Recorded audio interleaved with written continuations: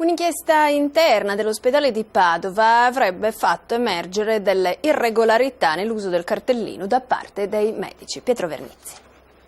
110 contestazioni in 2 anni. L'ospedale di Padova ha chiesto ad alcuni medici di restituire 100.000 euro per avere lavorato come liberi professionisti senza prima formalizzarlo strisciando il badge.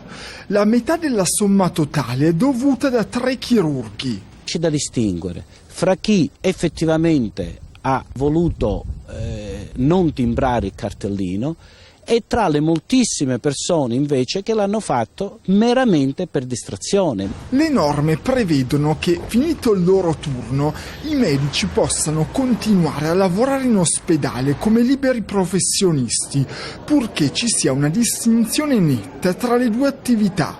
Zaia ha annunciato che interverrà per fare chiarezza.